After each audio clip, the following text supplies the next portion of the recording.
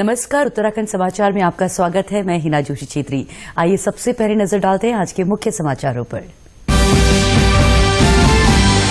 मुख्यमंत्री ने video conference से की सभी जिलाधिकारियों संग कोविड-19 पर समीक्षा बैठक।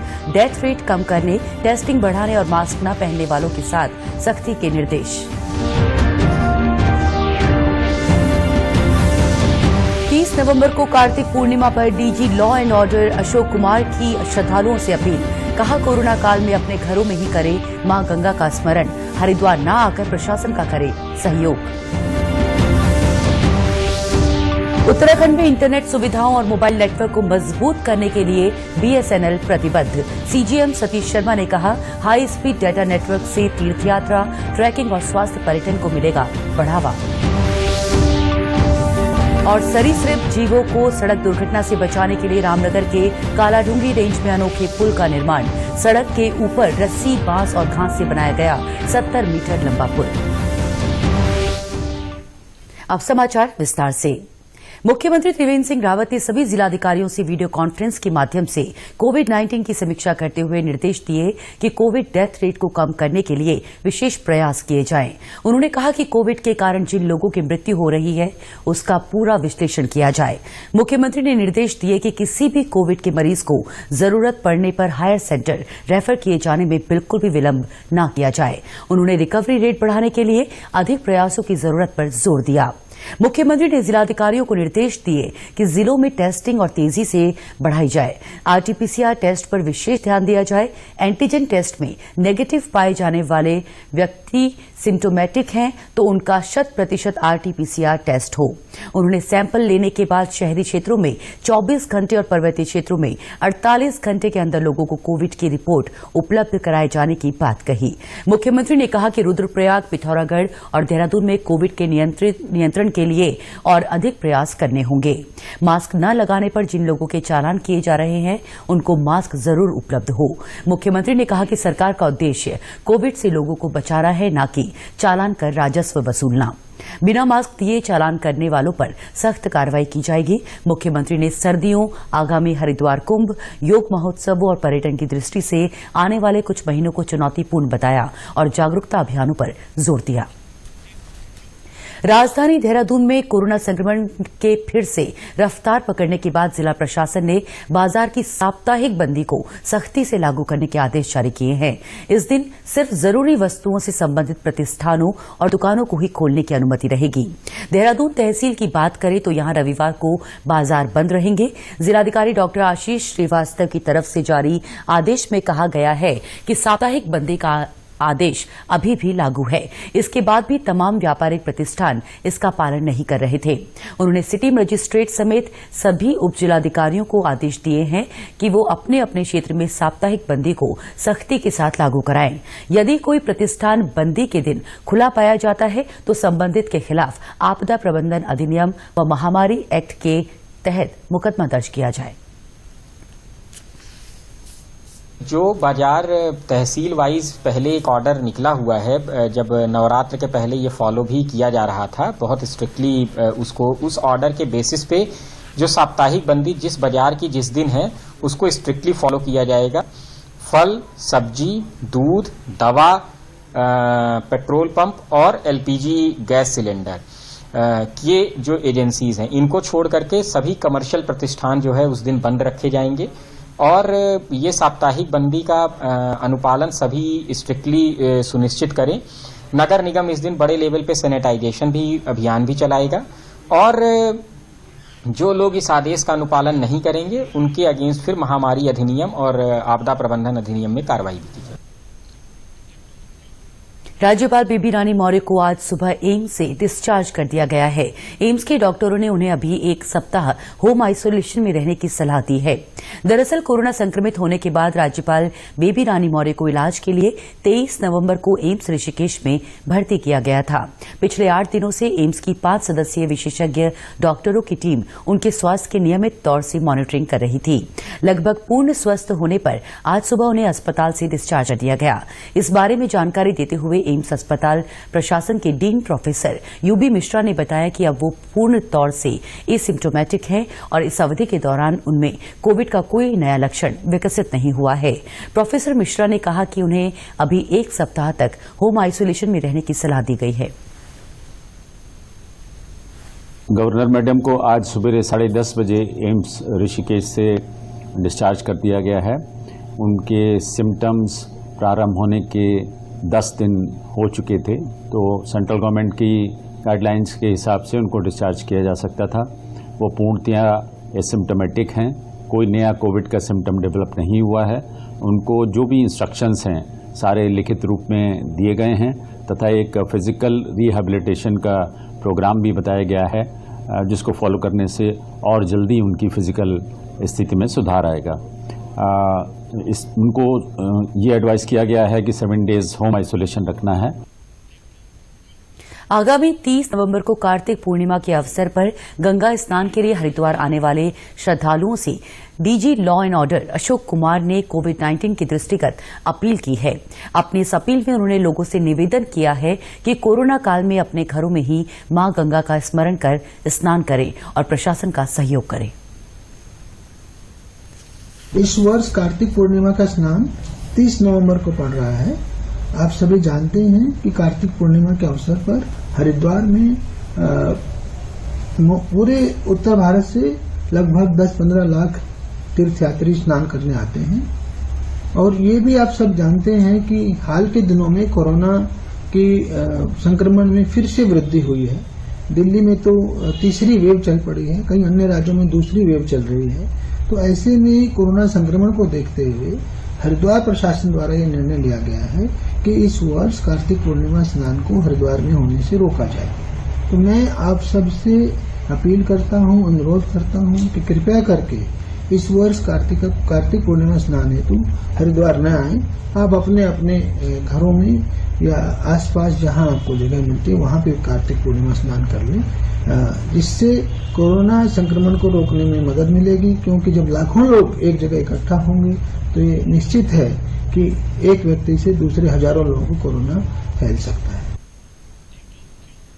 मुख्यमंत्री स्वरोजगार योजना के क्रियान्वयन और उसमें गति प्रदान करने के लिए चंपावत जिले के विभिन्न विकासखंडों में सुविधा शिविरों का आयोजन किया गया। इन शिविरों के जरिए स्वरोजगार से जुड़ने वाले उद्यमियों की समस्याओं का निस्तारण किया गया।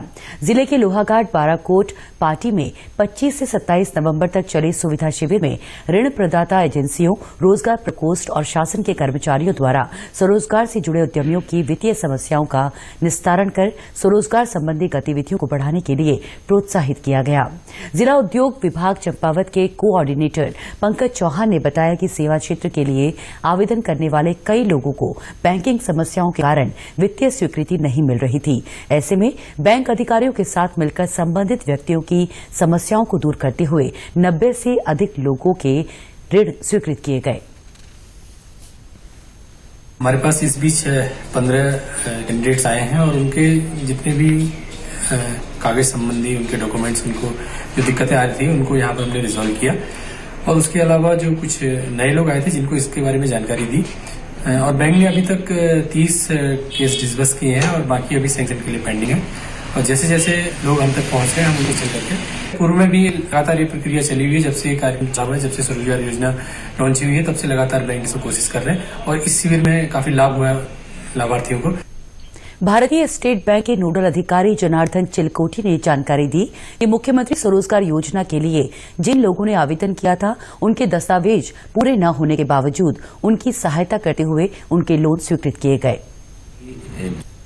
जिसका उद्देश्य यह था कि जो भी आवेदन साक्षात्कार उपरांत बैंकों को प्रेषित कर दिए गए हैं उनको अगर कोई परेशानी दिक्कतें आ रही हैं तो वो इन स्थलों पर चंपावत में जहां जहां ये कैंप लगाए गए हैं वहां पर आकर अपना बैंक के साथ सामंजस्य बनाकर ऋण वितरण की कार्यवाही करवा सकते हैं। जो भी आवेदन आता है उसको ससमय निस्तारित कराकर लोगों को ससमय जो है इस योजना का लाभ दिया जा सके।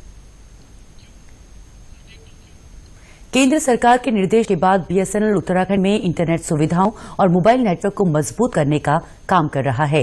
उत्तराखंड के सीमांत और दुर्गम गांवों में यूएसओ निधि द्वारा वित्तीय सहायता से मोबाइल टावरों की स्थापना की जा रही है। इसके साथ ही भारत नेट परियोजना के तहत ग्राम पंचायतों और गांवों के लिए ऑप्टिकल फाइबर कनेक्टिविटी और राष्ट्रीय ब्रॉडबैंड अभियान के तहत ग्रामीण और शहरी क्षेत्रों के लिए ब्रॉडबैंड कनेक्टिविटी पर खास फोकस किया जा रहा है। बीएसएनएल के सीजीएम सतीश शर्मा ने बताया कि दूरदराज क्षेत्रों में टेलीकॉम नेटवर्क के विस्तार से स्थानीय लोग टेलीमेडिसिन, टेली शिक्षा और घर से काम करने सहित ई सेवाओं का लाभ लेने के लिए 4G के हाई स्पीड डेटा नेटवर्क का उपयोग करने में सक्षम होंगे। उन्होंने कहा कि इससे उत्तराखंड में तीर्थ यात्रा, ट्रैकिंग और स्वास्थ्य पर्यटन को बढ़ावा देने में भी मदद मिलेगी।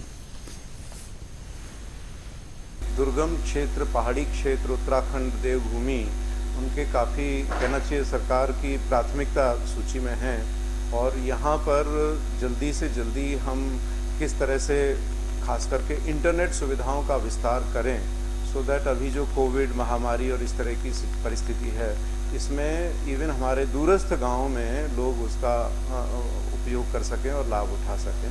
तो उनका प्राइमरी फोकस तो इसी बात पे था कि दूरस्थ गाँव में आप जल्दी से जल्दी ब्रॉडबैंड इंटरनेट सुविधाओं का विस्तार करें, मोबाइल सेवाओं का विस्तार करें।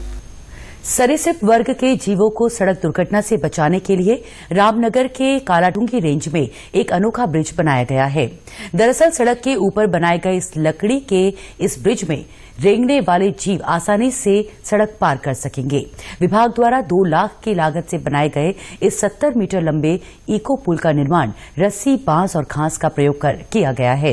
रामनगर वन प्रभाग के डीएफओ चंद्रशेखर जोशी ने बताया कि इस पुल का निर्माण वन्य जीवों की रक्षा करने के लिए किया गया है, जो अपने आप में प्रदेश में किया गया पहला प्रयोग भी है।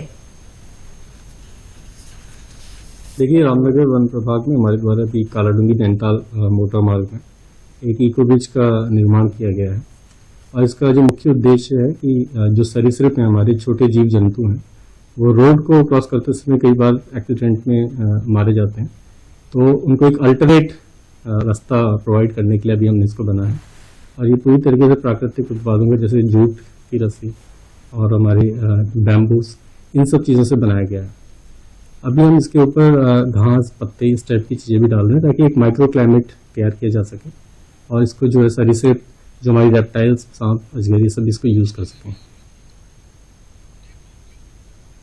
जम्मू कश्मीर के पुंछ जिले में नियंत्रण रेखा पर देश के लिए अपना सर्वोच्च बलिदान देने वाले शहीद सूबेदार स्वतंत्र सिंह का पार्थिव शरीर आज पंचतत्व में विलीन हो गया। उनका अंतिम संस्कार सैन्य सम्मान के साथ उनके गांव उडियारे के पैतृक घाट में किया गया। वीर सपूत की शहादत को नमन करते हुए उच्च शिक्षा राज्य मंत्री डॉक्टर धन सिंह रावत ने राज्य सरकार की ओर से शहीद के परिवार के एक व्यक्ति को सरकारी नौकरी देने की घोषणा की। और मैं कह सकता हूं कि इसका जवाब जो है भारतीय सेना जरूर देगी। हमारे प्रधानमंत्री जी देश की रक्षा के लिए हर क्षण जो है अपने पूरा समय देते हैं और आज एक नौजवान फिर हमसे जो है बिछुड़ गया है, लेकिन मुख्यमंत्री जी की तरफ से एक बड़ा निर्णय किया गया कि कोई भी अगर शहीद होता है तो उसके परिवार से एक आदमी को नौकरी देने का काम हमारी सरकार की घोषणा है और हम निश्चित रूप से इस पर अमल करेंगे। आपको बता दें कि बीते गुरुवार को पाकिस्तानी सेना की ओर से सीज फायर का उल्लंघन करते हुए भारतीय सेना पर की गई फायरिंग के दौरान गोली लगने से जनपद पौड़ी गढ़वाल के ब्लॉक द्वारीखाल के उडियारी गांव निवासी सूबेदार स्वतंत्र सिंह शहीद हो गए थे। प्रदेश के पर्यटन एवं सिंचाई मंत्री सतपाल महाराज ने रुद्रप्रयाग जिले के जखोली, अगस्त्यमुनि और ऊखीमठ विकास खंडों में बाढ़ सुरक्षा योजनाओं के साथ ही पर्यटन विभाग के अंतर्गत पर्यटक स्थल ग्राम रांसी का शिलान्यास किया। साथ ही करोड़ों रुपए की योजनाओं का लोकार्पण और शिलान्यास भी किया। इस दौरान उन्होंने अधिकारियों को केंद्र और राज्य सरकार की लोक कल्याणकारी योजनाओं का लाभ जन जन तक पहुंचाने जाने के निर्देश दिए। इस अवसर पर उन्होंने कहा कि जनपद रुद्रप्रयाग के पर्यटक स्थल कार्तिक स्वामी, चिरबटिया आदि को पर्यटन मानचित्र पर लाने के प्रयास किए जा रहे हैं। उत्तराखंड के समाचारों में आज बस इतना ही। उत्तराखंड की खबरों के लिए आप हमसे सोशल मीडिया के माध्यम से भी जुड़ सकते हैं। हमारा ट्विटर हैंडल है DD News_देहरादून। हमारा फेसबुक पेज है DD News उत्तराखंड और हमारे YouTube channel DD News Uttarakhand को सब्सक्राइब करना ना भूलें। कोरोना संक्रमण से बचने के लिए मास्क का अनिवार्य रूप से और सही ढंग से प्रयोग करें। साथ ही सामाजिक दूरी का ख्याल रखें, नियमित रूप से हाथ धोएं और याद रखें, कोरोना को हराना है, मास्क जरूर लगाना है। नमस्कार।